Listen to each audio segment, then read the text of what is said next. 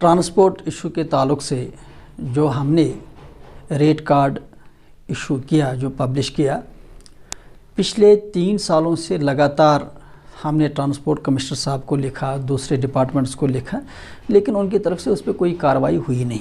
एक बात। दूसरी बात है कि ये जो हमने रेट कार्ड इशू किया, हमने सारे पैरामीटर्स को माइंड में रखा। जिन जिन लोगों की इसमें एक्सपर्टीज़ है उनसे बात की, स्टेक होल्डर से बात की, और फाइनली पूरी कैलकुलेशन लोअर साइड पे कैलकुलेशन करते हुए हम इस नतीजे पर पहुँचे कि मिनिमम जो पर सीट पर चाइल्ड बस का किराया हो सकता है बेसिक खर्चे को जहन में रखते हुए वो तकरीबन 2000 रुपये है। तो वही हमने इशू किया। अब जो लोग कहते हैं कि ये ज़्यादा है वो हमें अपनी कैलकुलेशन बताएं, हम उसको वेलकम करेंगे, हमें कोई एतराज़ नहीं है। कोई आए सामने बताए कि ये कैलकुलेशन यहाँ रॉन्ग है, यहाँ सही है, हमें कोई एतराज़ नहीं। एक बात। दूसरी बात यह है कि जहाँ तक फ़ी फिक्सेशन कमेटी का आर्डर का ताल्लुक़ है, फ़ी फिक्सेशन कमेटी ने अभी तक लॉकडाउन पीरियड के फ़ीस का इशू सॉल्व नहीं किया। सिर्फ फ़ी फिक्सेशन कमेटी ने आज तक एक ही स्कूल को ट्रांसपोर्ट फ़ी अलाउ किया, वो प्रेजेंटेशन कॉन्वेंट है। प्रेजेंटेशन कॉन्वेंट को फ़ी फिक्सेशन कमेटी ने बाकायदा फ़ीस अलाउ किया लॉकडाउन पीरियड का, और किसी स्कूल का फ़ीस कमेटी ने आज तक अलाउ नहीं किया। ये सरासर ज़्यादती है। दूसरी बात यह है कि अगर फ़ी फिक्सेशन कमेटी को आर्डर निकालना ही था, इसमें स्टेक होल्डर्स को भी ऑन बोर्ड लेना था। एक बात। दूसरी बात यह है कि क्या वजह है कि इन्होंने 12% की बात तो की लेकिन लॉकडाउन के पीरियड की बात नहीं की।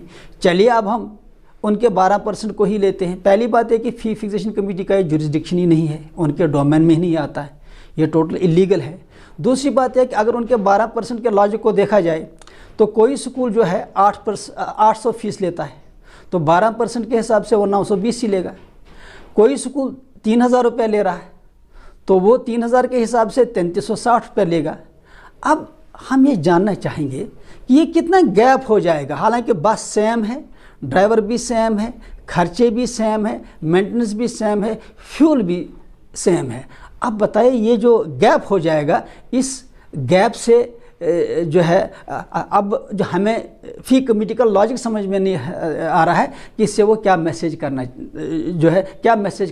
करना चाहता है। इससे कन्फ्यूजन पैदा हुआ। इसी वजह से रेट कार्ड क्यों ज़रूरी है, ताकि यूनिफॉर्मिटी रहे, ट्रांसपेरेंसी रहे और बाकायदा अकाउंटेबिलिटी भी रहे। और इसके अलावा पेरेंट के पास ऑप्शंस हैं। ज़रूरी नहीं है कि उस स्कूल का ट्रांसपोर्ट यूज़ करें, और भी मोड ऑफ़ ट्रांसपोर्ट से हम बाकायदा एक ऐप पे काम कर रहे हैं ताकि इस सिस्टम को और आसान किया जाए। जहाँ तक स्कूल बस के ट्रांसपोर्ट के खर्चे का ताल्लुक है, तो कुछ चीज़ें बिल्कुल कांस्टेंट हैं। जैसे इंश्योरेंस है, इंश्योरेंस के बगैर आप गाड़ी नहीं निकाल सकते हैं। इंश्योरेंस के साथ रोड टैक्स है, परमिट, फिटनेस टैक्स, जितने भी टोकन टैक्स वगैरह हैं, आज तक सरकार ने कोई टैक्स माफ़ नहीं किया, वो हम लगातार भर रहे हैं।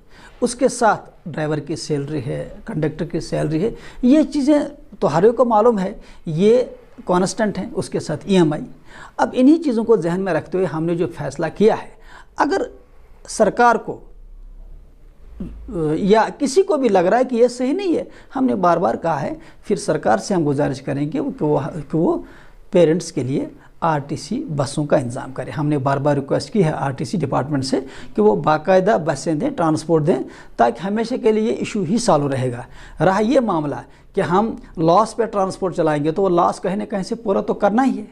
अब स्कूल में डिफरेंट किस्म के बच्चे हैं, कोई ट्रांसपोर्ट लेता है, कोई ट्रांसपोर्ट नहीं लेता है। जो ट्रांसपोर्ट यूज़ नहीं करता है उसका खर्चा हम ट्रांसपोर्ट वाले पे नहीं डाल सकते हैं। इसी वजह से ट्रांसपेरेंसी और एक ऑनेस्ट सिस्टम डेवलप करने के लिए हमने जो बेसिक खर्चे हैं वो बाकायदा तौर पे हमने पब्लिश किए हैं, और इसमें किसी को कोई एतराज़ नहीं होना चाहिए। मैं एक बार फिर ये कहना चाहूँगा, अगर किसी को भी इस पे एतराज़ है कि ये सही कैलकुलेशन नहीं है, वो हमारे सामने आए, हम मानने के लिए तैयार है।